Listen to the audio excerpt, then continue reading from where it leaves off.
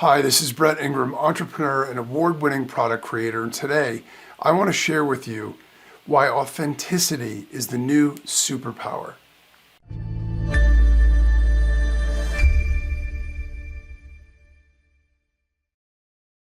As our lives and our worlds become more and more digitized, we feel both the benefits and the drawbacks of that. So on the one hand, we can be more efficient, we can get more done in less time, and we can automate a lot of the stuff that we need to do. So in a lot of ways, life has gotten a lot easier in all of those regards. We can also communicate faster and easier and cheaper than ever before. I remember when I was in college, we had to get a landline phone installed, and any place that we called that was long distance, we actually had to pay. So I was paying like $50 a month for the phone service by itself.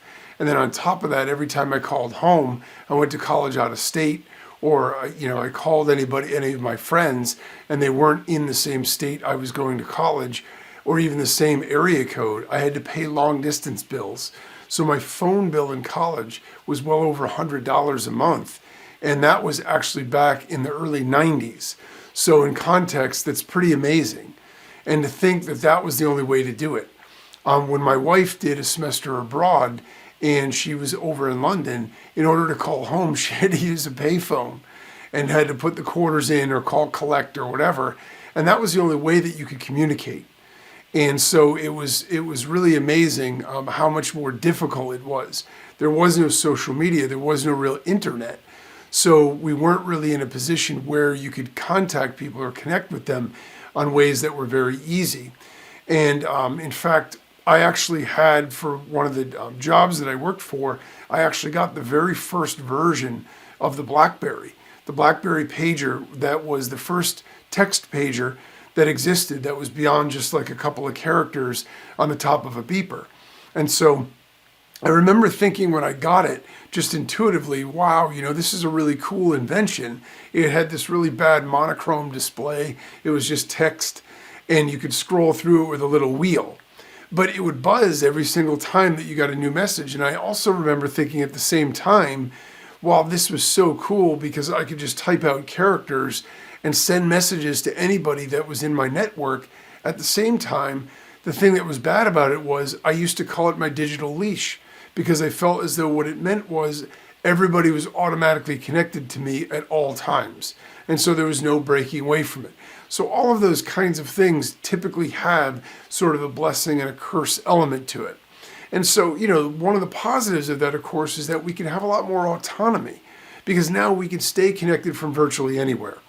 Again, in the 90s, when I was working for a company in New York, and I actually worked from home 1 or 2 days a week, I was literally the only person I knew that ever worked from home. The company came and installed a DSL. There was no cable internet, but it was dial-up. So they actually had a company come out and install a DSL, which was the high-speed internet at the time, connection to my house, so I could work from home on a couple of days a week. And that was revolutionary, but of course it was a tech company. Almost nobody was doing that, certainly nobody I knew. Now, when we fast forward a couple of decades and we look at, not only the interconnectivity that we all have with high-speed internet everywhere, but also we had the age of COVID. So people had no choice. They couldn't physically be in close proximity in the office.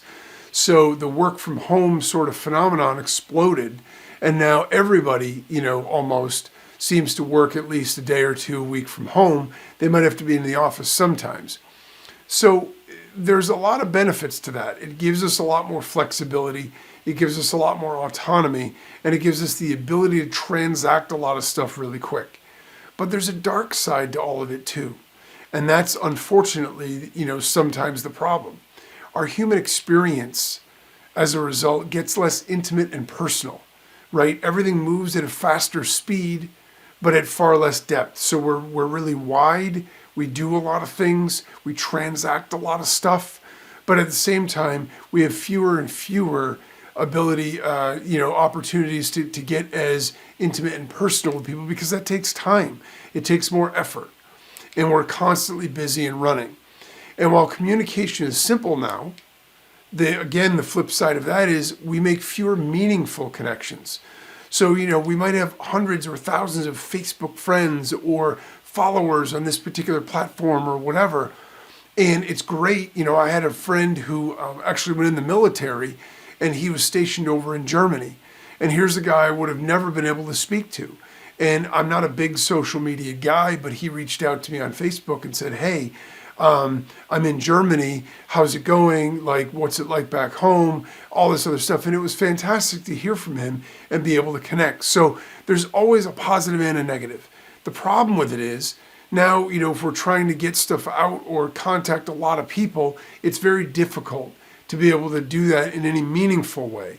It's more transactional, superficial information or, statistics or whatever, links to things, but there's not a lot of depth. There's not a lot of content there that really connects us with other people. And so the irony is, while we're more connected, we have fewer deeper relationships, unless they're ones that we've had when we were young. I can tell you in my own life, I feel like the vast majority of my really deep, good relationships were ones that I had since I was a kid. Now, part of that is because it's been so long and there's so much water under the bridge. Time in and of itself will generally lend itself to deeper, more meaningful relationships. But the other side of that is all the people that I've met in my adult life, since it's been sort of the interconnectedness like that, I tend to spend a lot less physical time with. I just do. And so, we have a great relationship, we talk all the time or whatever, but it's never at the same level as it was with the people that I've known for all of those years. And so there's definitely pros and cons to all of it. Life itself has just become more transactional and about getting stuff done. So we're far more efficient. We're far more effective in all of those ways. We get a lot more done than our parents or grandparents ever could have dreamt of getting done. But the irony, of course, is that while that gives us a sense of accomplishment to be able to get a lot of stuff done, studies show time and time again that the happiest people, the people that identify themselves as the most satisfied with their lives, are actually the ones with great relationships and meaningful connections with others. So isn't that crazy? I mean, the irony there is just astounding, because on the one hand, we get a lot more done, so we feel that level of accomplishment from that. And we're able to do a lot more. So, we can run a business and we can have a family and we can do all these other things all at one time, or we could work from home and get our job done and take care of the housework and all the other stuff that we need to do. But at the same time, because everything's moving at 100 miles an hour, and sort of things necessitate that, because if you aren't, other people are, you're falling behind, we ultimately end up spending a lot less deep quality time with a lot of people. So what's the answer? I mean, what are we supposed to do as members of the human race that are stuck in this particular condition right now? Well, here's the thing. Inherently, right, we all want connection. We all want connection. I mean, it is just a basic human need. When a baby is born, they don't know a lot at that time. Obviously, they're infants. But what they do know is when their parents' eyes connect with theirs and lock in, they feel love, they feel connection. And that particular love and connection makes a big difference to their growth, their happiness, their overall self-esteem, and a lot of other things as they grow up. The more actual connected time they get. In fact, they did a fascinating but terrifying study several decades back where they took orphans in an orphanage that were born. And one group was given all of the physical things that they would need. They were given food. They were given clothing. They made sure that obviously their diapers were dry and that, the conditions in the room that they were, staying in were all really good. But they were specifically avoided human contact. They specifically avoided talking to them or making eye contact or cuddling or nuzzling them or whatever. And the other group, they gave them all the love that they could ever possibly want. They spent tons of time and really connected with them. And they did this as a psychological study, which nowadays sounds mean, it sounds cruel. But at the time they were trying to figure something out. And an astounding result was that the group that was fed, clothed, and had all the physical necessities taken care of the babies literally weren't gaining any weight. They weren't growing. They weren't developing. Their bodies were actually starting to atrophy, even though they had everything else, while the other group was flourishing. They were growing. They were giggling. They started to evolve and grow, and you could see this, and it was visible. They had to stop the study for fear that these other babies would actually, possibly die or certainly become super sick. And so that is the power of human connection, even on an infant level. It's that inherent in who we are as people. And so as AI proliferates, as artificial intelligence sort of takes over the world in a lot of ways, and content is everywhere, right? And it's amazing. I love technology. So I'm not an anti-tech guy or a technophobe or any of that kind of stuff. I love technology. And I even love AI. I think it has some amazing uses for it. At the same time, we want to be heard. We want to be valued. And we want to be understood as people, right? So in the context of business, if we bring this back to entrepreneurship and business, it's all about authenticity. It's about being you. It's about, that is what others want and need from you. Not, gobs of content that some machine created. So if I rewind a little bit, I'll share a personal story about this very podcast. So when I was trying to figure out what I wanted to do with the podcast, I analyzed a lot of different sort of trends and data and statistics. I didn't know anything about the podcast industry. I just knew that inherently there was an element of it that attracted me to it because I genuinely like to connect with people and I like to share my ideas. And I always find when I go to conferences or I see people face to face, anytime they have an issue, anytime that they have something they want to talk about, I always want to share whatever sort of expertise or information or ideas or opinions I have in hopes that it'll help. And so inherently, the platform made a lot of sense for me because I thought it was a way that I could reach people and hopefully help them in some small way. Whether it's just a little encouragement, whether it's just, knowing that you're not alone when you're out there trying to do your entrepreneurial journey, whether it is specific advice for how to get more out of your email marketing or any of the problems I've gone through, I've tried to document so that way you can bypass all of that, not have those same issues and be able to sort of shortcut it. But at the same time, I didn't really know what I'm supposed to do. Like, how often am I supposed to publish? And what should the content be like? And how long should the episodes be? And you can look at data for all this and you can see, well, statistically, the most successful podcasts are X minutes long and Y minutes this and they have that and that. And, a lot of them are interview based and it's just one interview after another. And I think that's great. I love to learn from people. But I also said I didn't want to just do another flat out interview podcast because you can listen to anybody interviewing somebody else. I wanted to share personal experiences because I felt as though that was a way to really help bring things home. I know for me, when I struggle with a particular business problem, one of the greatest things that helps me get through things, or one of the greatest sort of motivational things for me, is if I hear somebody else's story that had a similar issue and they share the way that they resolve that issue or solve the problem. That gives me a lot of confidence. It gives me a lot of motivation and inspiration to go and do it myself. And so I wanted to sort of create the same thing. And so I was thinking about it and I'm deciding, what should I do? I mean, should I make it a weekly or should I make it daily or should I make it? And what I decided was I wasn't going to worry too much about all that stuff. What I was going to do is just get out there and start. And I wasn't going to script things really heavily. And I wasn't going to overwrite stuff. And I certainly wasn't going to use AI to create my content. What I wanted to do is sort of search my own memory bank for my own experiences, for my own background, for my own trials and tribulations, and sort of share what I've learned through that process. So that way, anybody else who is in that situation, hopefully they could learn from that as well. But I wanted it in the end to be real. I wanted it in the end to be authentic. I wanted it to be something that I was happy and excited and motivated and proud to produce on a daily basis because it's a lot of work. It's a big commitment.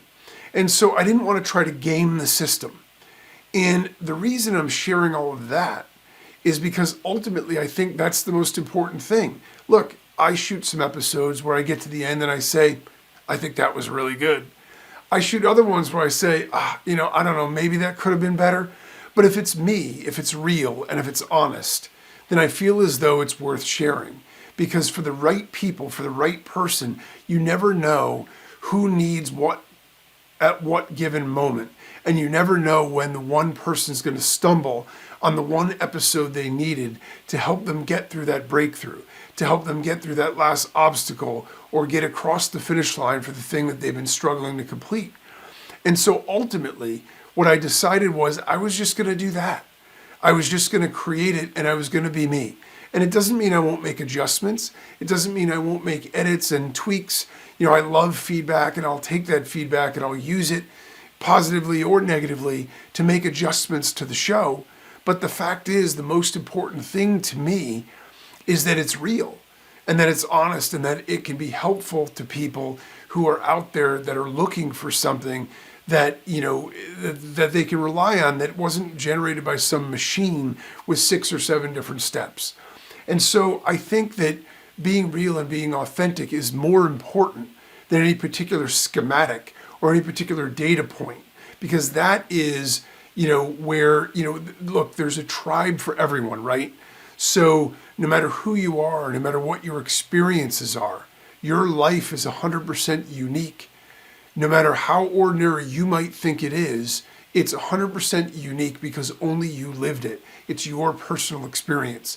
And there are stories in there. There are challenges in there. There are obstacles there. There's things that you've done in there. There's accomplishments in there that when you share them will resonate with other people and that will matter.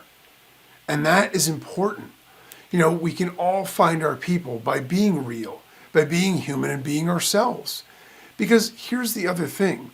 In the end, if we instead pretend to try to deliver what we think people want, we curate our content, we make ourselves look like supermodels every time that we shoot an image or a video or whatever, it's all BS. Like, it's all phony and it's exhausting because the fact of the matter is you're putting on a show. And when you're putting on a show, that takes work, that takes effort. It's mentally draining and physically draining. And then you need to always worry, am I keeping up with that image that I created? If you're yourself, there's nothing to keep up. You just be you, you do you. You don't need to worry about running into somebody who saw your show or saw your content and starts asking you questions because it's real, it's you. You're not pretending to be anything. You're not making stuff up. You're just doing what you know because it's based on your own experience, your own life, and your own years on this earth doing what it is that you do. So instead of pretending or trying to deliver what we think people want, which just gets exhausting, overwhelming, and ultimately is not satisfying because we're building up something that's fake. And even if we build a giant following that our machine AI buddy created for us, we might feel good about that on the surface, but at the end of the day, again, what are we getting back to? It's all transactional. There's no depth there. There's no richness. So that means there's no connection. And when there's none of that, it doesn't matter how much money you make or how many yachts you ski behind. The fact of the matter is, you'll always be searching for that satisfaction and that meaning that's missing. And you can't find that just by being fake or by putting on a show for people. So be real. And you'll attract the right people to your tribe, your company, your mission, and your products and services. And that's where the real value is. So the takeaway here is that in this digital age, it's easy to transact our daily activities and communicate with others. And AI, or artificial intelligence, has made creating content fast and easy. The real way to stand out, though, is not to become another copycat and push out fake or machine-generated content, but rather to be real, be authentic, and be yourself. Authenticity is what attracts people to us, and that's how we find our people and the place we belong. When we're true to who we are, everything comes more naturally because it's real, and that in turn brings us greater peace, happiness, and success.